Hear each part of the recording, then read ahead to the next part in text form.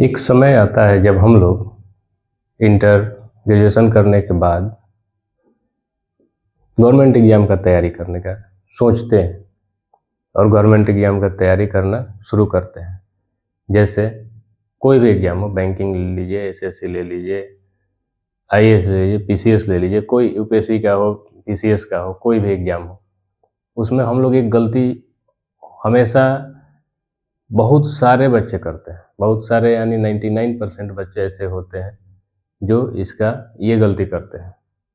जैसे हम सभी लोग क्या हैं? हम सभी लोग 99% बच्चे मिडिल क्लास घर के बच्चे हैं, जो एग्ज़ाम के तैयारी के दौरान अपने घर को चलाने के लिए या अपना भरण-पोषण करने के लिए वो चाहते हैं कि हमारा जल्दी से जल्दी नौकरी हो जाए। इस दरमियान हम लोग क्या करते हैं कि अलग-अलग एग्ज़ामों का तैयारी एक साथ, एक ही साथ, एक फेज़ में हम लोग चाहते हैं कि जल्दी कोई नौकरी हो जाए, जल्दी कोई नौकरी हो जाए।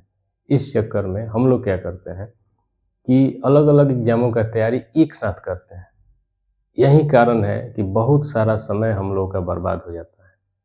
जैसे मान लीजिए आप बैंकिंग का तैयारी कर रहे हैं, अब बैंक के एग्ज़ाम का सिलेबस देखेंगे तो उसके मैथ, उसके रीजनिंग, उसके इंग्लिश में और एसएससी का एग्ज़ाम का सिलेबस देखेंगे, उसके प्रीवियस ईयर क्वेश्चन को देखेंगे तो उसके मैथ, उसके रीजनिंग, उसके इंग्लिश और उसके जीके में काफ़ी अंतर होता है, डिफरेंस होता है।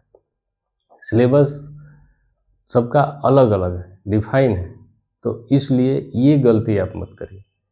आप स्टूडेंट हैं, आप अगर एग्ज़ाम के तैयारी के दौरान ही आप साल, 2 साल, 4 साल, 5 साल इसी तरह से बर्बाद कर देंगे, तो आपका जो सिलेक्शन होने का प्रोसेस है, वो काफ़ी लंबा खिंच जाता है। यही मेन कारण है कि हम लोग 10-10 साल, 8-8 साल, 5-5 साल तक तैयारी करते रहते हैं और नौकरी कहीं नहीं मिलता है। इसलिए आप लोग से एक अनुरोध है कि कोई एक एग्ज़ाम का तैयारी करिए, कोई एक लक्ष्य निर्धारित करिए और उसका तैयारी करिए। जैसे हम लोग एक सर्कल के माध्यम से समझ लेते हैं, अगर ये गोला है, अगर इसके चारों तरफ अगर इसके चारों तरफ मान लीजिए यहाँ यूपीएससी का एग्ज़ाम है, यहाँ पीसीएस है, यहाँ रेलवे का है, यहाँ बैंकिंग का है, यहाँ एसएससी है, इसी तरह से अदर एग्ज़ाम है। हम लोग यहाँ से स्टार्ट करते हैं, तैयारी शुरू करते हैं अपना। उसके बाद हम लोग क्या करते हैं कि जैसे ही कोई जो भी मन में आया, कोई स्टूडेंट बता दिया, कोई दोस्त बता दिया, कोई रिश्तेदार बता दिया, कुछ हम लोग मार्केट में देख रहे हैं, किसी को सफल होते हुए देख लिए, तो हम लोग उसी रास्ते पे चल पड़ते हैं। अगर हम पहले तो अपना क्षमता पहचानेंगे कि हम किस फील्ड में अच्छे हैं, किस फील्ड में जा सकते हैं। अगर मान लीजिए आपका फील्ड अच्छा है, आपका मैथ अच्छा है, आपका रीजनिंग अच्छा है, आपका इंग्लिश अच्छा है, तो हो सकता है आप बैंकिंग की तरफ जा रहे हैं, हो सकता है आप एसएससी की तरफ का तैयारी कर रहे हैं। लेकिन उसमें भी जो सिलेबस डिफाइन है, उस उसका उसके हिसाब से तैयारी करना ज़रूरी है। अगर मान लीजिए यहाँ पे रेलवे है, हम लोग रेलवे का तैयारी करने के लिए आगे निकले और फिर इसी बीच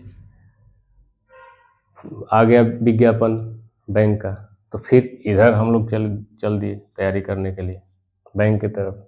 फिर उसी बीच क्या हुआ, एसएससी का कोई आ गया विज्ञापन, तो इस इसकी तैयारी करने के लिए हम लोग आगे बढ़ गए।